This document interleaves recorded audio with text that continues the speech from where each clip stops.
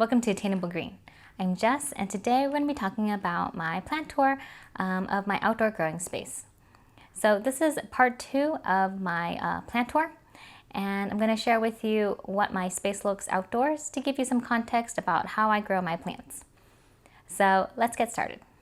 To begin, I'll give you a little bit of context about where I'm located and kind of the geography and climate where I live.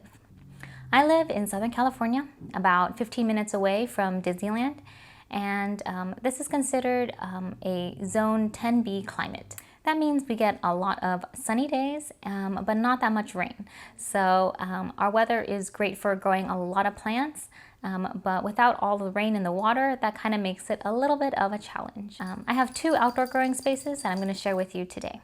So the first one is the larger of the 2 spaces, and this is my side yard.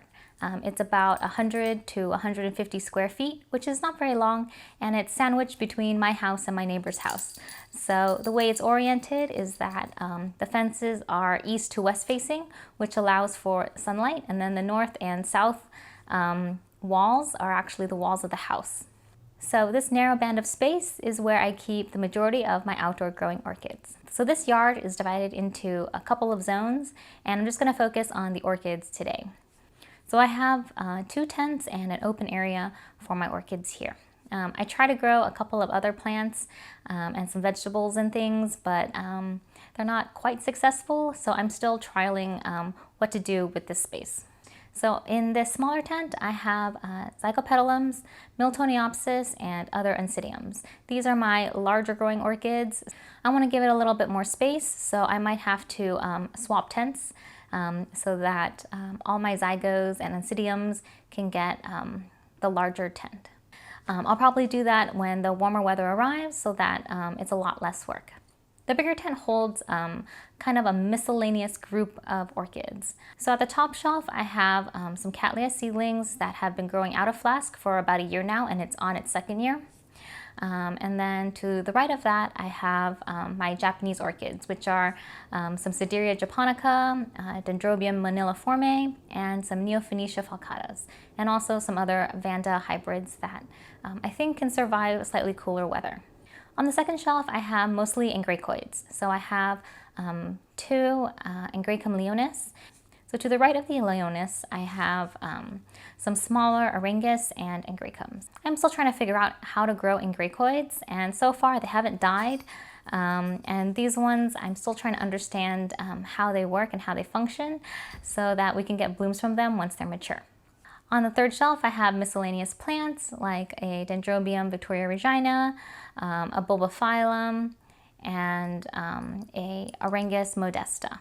This tent is fairly sparse because it's currently winter, and a lot of plants that would usually be here are actually indoors. So once the warmer season hits, a lot more plants are going to be in this tent, and it'll look a little bit more full. So the 3rd space is an open area, and this is where I usually have my catasetums, and right now it has some extra Miltoniopsis and a Dendrobium back here. During the growing season, this area is filled with catasetums, but for now, most of them are in hibernation mode and have lost all of their leaves, so they're inside in my garage to wait until warmer weather arrives. So the 2nd area where I grow my plants is a lot smaller, and it is on my 2nd story patio. Now this patio is mostly west and south facing, but where the plants are located, it mostly gets the sunlight from the south side, since the west side is covered up with a large planter pot. Most of the orchids in this space are Cattleyas. So I have a lot of bifoliate spotted Cattleyas here, and most of them are kind of seedling size, so they're not quite ready to bloom just yet. I also have a Lilia Santa Barbara that is finally in bud, and so hopefully we'll see flowers from that one soon. I also have a Dendrobium nobile hybrid, and also just a couple other scattered plants mixed in. This area gets the most heat and the most sunlight out of all the growing spaces that I have. So whatever is here definitely has to take the heat. And as you can tell, some of the plants got a little bit bleached and sunburned because during the summer it gets really hot in here. Although this place gets great light, it's kind of hard for me to water it. So whatever is here has to survive kind of slightly drier conditions. Last year I had my catasetums on the patio, and they did not do well because I just was not not able to water it enough, and it got spider mites, it got sunburn, and it just kept drying out. So having the cattleyas here that can handle drier conditions seems to do much better.